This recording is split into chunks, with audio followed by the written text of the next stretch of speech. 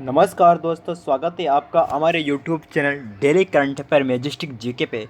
दोस्तों, आज हम राजस्थान में डेयरी विकास कार्यक्रम के बारे में विस्तार से चर्चा करेंगे। दोस्तों, ये टॉपिक आपके एग्जाम की दृष्टि से बहुत ही महत्वपूर्ण है, साथ ही करंट की दृष्टि से भी वेरी इंपॉर्टेंट टॉपिक है। तो दोस्तों, बात करते हैं डेयरी विकास कार्यक्रम। दोस्तों, इसे ऑपरेशन फ्लड के नाम से जाना जाता है। दोस्तों, डेयरी विकास कार्यक्रम को ऑपरेशन फ्लड के नाम से जाना जाता है। इसी के साथ दोस्तों बात करते हैं कि डेयरी विकास की शुरुआत भारत के 10 राज्यों में की गई, जिसमें राजस्थान भी एक राज्य था। यानी कि डेयरी विकास की शुरुआत भारत के 10 राज्यों में की गई थी, जिसमें से राजस्थान एक राज्य उसमें से एक राजस्थान था। इसी के साथ दोस्तों बात करते हैं, डेयरी विकास कार्यक्रम 3 चरणों में चलाया जा रहा है। यानी कि जो डेयरी विकास कार्यक्रम है 3 चरणों में चलाया जा रहा है। इसी के साथ दोस्तों बात करते हैं इसके प्रथम चरण के बारे में। तो दोस्तों, प्रथम चरण है, इसका लक्ष्य क्या है? प्रथम चरण का जो उद्देश्य है, इसका जो ऑब्जेक्टिव, इसका जो मेन उद्देश्य वो है कि दुग्ध उत्पादक को अच्छा मूल्य देना तथा उपभोक्ताओं को अच्छी गुणवत्ता वाला दुग्ध उपलब्ध करवाना। यानी कि दोस्तों, जो दुग्ध उत्पादक है उनको अच्छी क्वांटिटी में दुग्ध उपलब्ध करवाना इसका प्रमुख उद्देश्य है। इसी के साथ दोस्तों बात करते हैं इसके सेकंड उद्देश्य के बारे में। तो दोस्तों, इसका सेकंड उद्देश्य है, यानी कि जो सेकंड चरण है, इसका उद्देश्य है कि दूध को खाद्य पदार्थ के रूप में काम लेना। दोस्तों, सेकंड चरण में जो इसका उद्देश्य क्या है कि दूध को खाद्य पदार्थ के रूप में काम लेना इसका प्रमुख उद्देश्य है। इसी के साथ दोस्तों बात करते हैं इसके तीसरे चरण के बारे में। दोस्तों, इसका जो तृतीय चरण है, इसका प्रमुख उद्देश्य है कि डेयरी विभाग को संपूर्ण भारत में ग्रिड पैटर्न पर या जाल पद्धति पर लागू करना। दोस्तों, वेरी इंपॉर्टेंट लाइन है कि जो डेयरी विभाग है उसको संपूर्ण भारत में ग्रिड पैटर्न या जाल पद्धति पर लागू करना। कौन से चरण का उद्देश्य? ये तृतीय चरण का प्रमुख उद्देश्य है। दोस्तों, बात करते हैं, दोस्तों इंपॉर्टेंट नोट है कि गुजरात में डेयरी विकास कार्यक्रम सहकारिता सिद्धांत पर चलाया गया है। यानी कि गुजरात में डेयरी विकास कार्यक्रम सहकारिता के सिद्धांत पर चलाया गया है, जिसका ढांचा 3 स्तरीयता होता है। अब दोस्तों बात करते हैं कि राजस्थान के संदर्भ में डेयरी विकास कार्यक्रम के बारे में चर्चा करते हैं। दोस्तों, बात करते हैं कि राजस्थान में डेयरी विकास कार्यक्रम की शुरुआत 1971 में की गई। राजस्थान में डेयरी विकास कार्यक्रम की शुरुआत 1971 में की गई। इसी के साथ दोस्तों बात करते हैं कि राजस्थान में डेयरी विभाग की स्थापना 1973 में हुई। यानी कि राजस्थान में डेयरी विभाग की स्थापना 1973 में की गई थी दोस्तों। इसी के साथ दोस्तों बात करते हैं कि राजस्थान राज्य डेयरी विकास निगम की स्थापना 1975 में की गई। RCDF राजस्थान सहकारी दुग्ध संघ की स्थापना 1977 में की गई थी।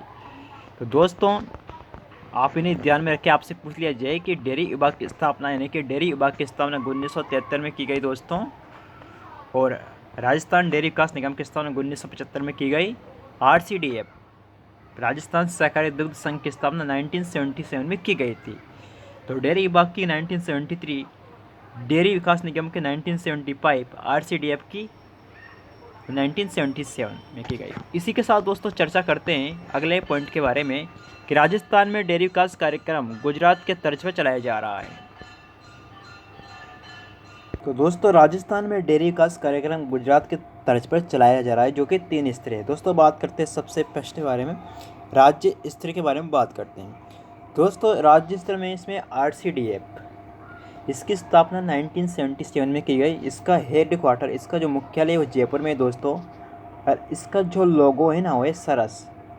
तो यानी कि राज्य स्तर में RCDF, इसकी स्थापना 1977 में की गई थी। इसका जो मुख्यालय जयपुर में, इसका लोगो सरस है। बात करते हैं दोस्तों जिला स्तर के बारे में। दोस्तों, जिला स्तर में बताएं, जिला दुग्ध समिति, इसमें इसकी संख्या कितनी थी? 21। दोस्तों, बात करते हैं नेक्स्ट पॉइंट के बारे में, ग्राम स्तर। जो तीसरा है ग्राम स्तर, ग्राम दुग्ध समिति। दोस्तों, 2019-20 में संख्या कितनी थी? 15,017। 2020-21 में कितनी हो गई? 15,318, यानी कि वृद्धि हो गई। इसी के साथ दोस्तों बात करते हैं राजस्थान में पशु पोषार केंद्र कहाँ पे? दोस्तों, राजस्थान में पशु पोषार केंद्र की बात करें दोस्तों, तो कहाँ पे? दोस्तों राजस्थान में पशु पार्क जामडोली जयपुर में, राजस्थान में पशु पोसार केंद्र जामडोली जयपुर में। दोस्तों बात करते हैं कि राजस्थान में पशु पोसार आहार केंद्र है ना की संख्या 4 है। कितनी है? 4 है। राजस्थान में पशु आहार केंद्र की संख्या 4 है। बात करते हैं दोस्तों कौन कौन सी। पहला है दोस्तों बस्सी जयपुर, राजस्थान का प्रथम आहार केंद्र है। दूसरा है दोस्तों नंदबई, नंदबई ये भरतपुर में। दोस्तों राजस्थान का सबसे छोटा आहार केंद्र कौन सा है? नंदबई भरतपुर, ये राजस्थान का सबसे छोटा आहार केंद्र है। इसी के साथ दोस्तों बात करते हैं तीसरा तबीजी अजमेर, यह अरावली का एकमात्र आहार केंद्र है। और दोस्तों चौथा है जोधपुर में, राजस्थान का सबसे बड़ा तथा अमृतस्थल का एकमात्र आहार केंद्र, ये जोधपुर में, तो आप इन्हें याद रखिए।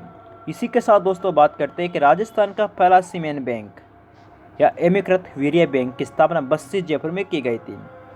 दोस्तों राजस्थान का पहला सीमेंट बैंक एकीकृत वीर्य बैंक की स्थापना बस्सी जयपुर में की गई। दूसरा सीमेंट बैंक नारवा कीचियान जोधपुर में।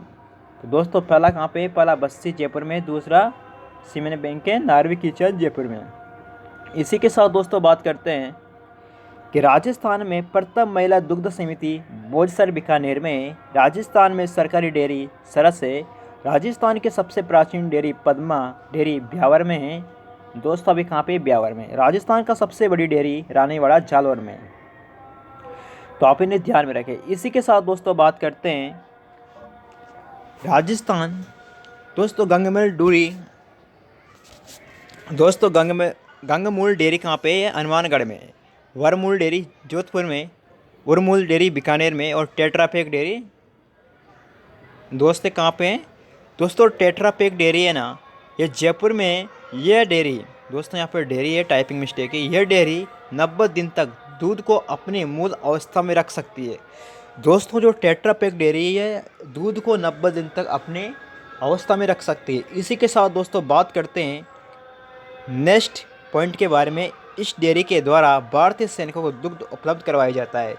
दोस्तों जो टेट्रापैक डेयरी है ये दूध को 90 दिन तक अपनी मूल अवस्था में रख सकती है, और इस डेयरी के माध्यम से जो भारतीय सैनिक है इंडियन आर्मी उनको अपना यानी कि इंडियन आर्मी को दूध उपलब्ध करवाया जाता है। इसी के साथ दोस्तों बात करते हैं केवल डेयरी, दोस्तों ये जोड़बीड़ बीकानेर में है। दोस्तों कुछ एक इम्पोर्टेंट नोट है कि ऊँटनी के दूध का दही नहीं जमता। आपको पता होगा दोस्तों कि जो ऊँटनी है उसका दूध का दही नहीं जमता, क्योंकि ऊँटनी के दूध में कैल्शियम मुक्त होता है। ऊँटनी का दूध में कोई कैल्शियम नहीं होता, इसलिए दही नहीं जमता। इसी के साथ दोस्तों बात करते हैं कि राजस्थान भारत में दुग्ध उत्पादन की दृष्टि से दूसरा स्थान रखता है।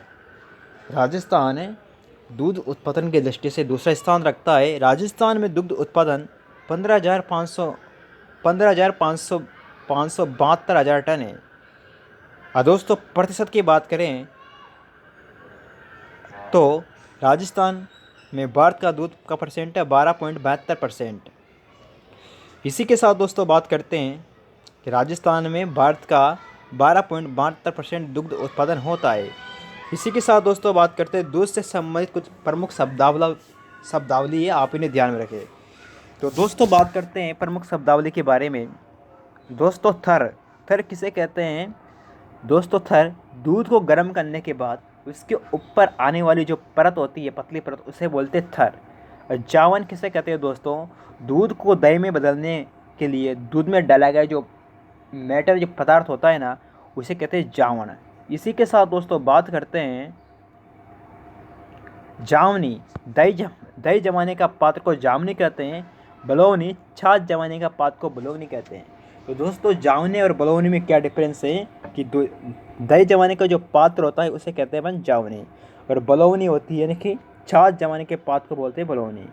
इसी के साथ दोस्तों बात करते हैं ल्यूणो क्या है? मक्खन को दोस्तों ल्यूणो कहा जाता है। दोस्तों जो मक्खन होता है ना उसे कहते हैं ल्यूणो। और निगलो मक्खन रखने का जो पात्र होता है उसे बोलते हैं दोस्तों निगलो।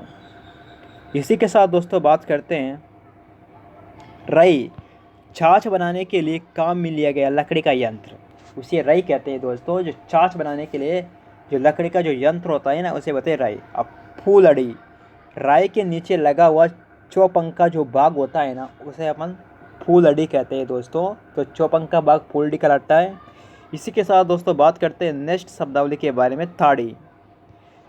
तो दोस्तों रविवार यानी कि दोस्तों बात करते हैं कि फुलोदी को सहारा देने के लिए, दोस्तों ये टाइपिंग मिस्टेक है, फुलोदी को सहारा देने के लिए लगाई गई लकड़ी की 4 छोटी डंडियाँ। दोस्तों फुलोदी को सहारा देने के लिए लगाई गई लकड़ी की जो 4 डंडियाँ होती है उसे बोलते हैं ताड़ी। इसी के साथ दोस्तों बात करते हैं नेक्स्ट पॉइंट के बारे में। रय के ऊपर लिपटी हुई रस्सी को दोस्तों नेता कहते हैं, यानी कि रय के ऊपर लिपटी हुई रस्सी को नेता कहते हैं। और दोस्तों नेडी किसे कहते हैं? रय को सहारा देने के लिए दीवार में लगाया गया लकड़ी का जो डंडा होता है उसे दोस्तों नेडी कहते हैं। और सांकली रय व नेडी को जोड़ने वाला भाग सांकली कहलाता है। दोस्तों रय और नेडी को जोड़ने वाला भाग सांकला कहलाता है, आप इन्हें याद में रखिए। इसी के साथ दोस्तों कुछ इंपॉर्टेंट क्वेश्चन है दोस्तों, आपको इन तीनों क्वेश्चनों का आंसर कमेंट बॉक्स में देना है, अपना उत्तर कमेंट बॉक्स में करना है ABCD। यानी कि दोस्तों आपको कमेंट में ABCD ऑप्शन में लिखना है। दोस्तों आपका पहला क्वेश्चन है कि परत पाश्चुरीकरण करने में समय का तापमान संयोजन होता है। दोस्तों परत पाश्चुरीकरण करने में समय तापमान संयोजन होता है 30 मिनट तक 23 डिग्री सेंटीग्रेड, 15 सेकंड तक 72 डिग्री सेंटीग्रेड, 15 सेकंड तक 15 मिनट तक 72 डिग्री सेंटीग्रेड, या 3 सेकंड से 121 डिग्री सेंटीग्रेड। तो दोस्तों जो भी वीडियो को देख रहे हो अपना उत्तर कमेंट बॉक्स में ABCD आपको उत्तर में जवाब देना है कि A राइट है, B राइट है, C राइट है, D राइट है। इसी के साथ दोस्तों आपका अगला प्रश्न होगा MBRT का प्रयोग किसकी दक्षता जानने के लिए किया जाता है। दोस्तों MBRT की आपको फुल फॉर्म के साथ अपना उत्तर कमेंट बॉक्स में देना है। ABCD आपको कमेंट बॉक्स करना है किसका कौन सा ऑप्शन सही है। पाश्चुरीकृत दूध, टोड़ दूध, कीटाणु रहित दूध, या सिल्क दूध। इसी के साथ दोस्तों बात करते हैं नेक्स्ट क्वेश्चन। गर्बर टेस्ट का उपयोग किया जाता है दूध में वसा प्रतिशत ज्ञात करने के लिए, दूध में प्रोटीन ज्ञात करने के लिए, दूध में अम्लता दूर करने के लिए, दूध में SNS प्रतिशत ज्ञात करने के लिए। तो दोस्तों बताइए गर्बर टेस्ट का उपयोग किस लिए किया जाता है। दोस्तों आपको इस क्वेश्चन का आंसर भी कमेंट बॉक्स में देना है। तो दोस्तों आपका इन क्वेश्चनों का आंसर कल बताया जाएगा अगले वीडियो में। तो दोस्तों अगर आपको हमारी वीडियो पसंद आए तो आप वीडियो को लाइक कीजिए, शेयर कीजिए और सब्सक्राइब करना ना भूलें। इसी के साथ दोस्तों मिलते हैं नेक्स्ट वीडियो पर। जय हिंद, जय भारत, धन्यवाद।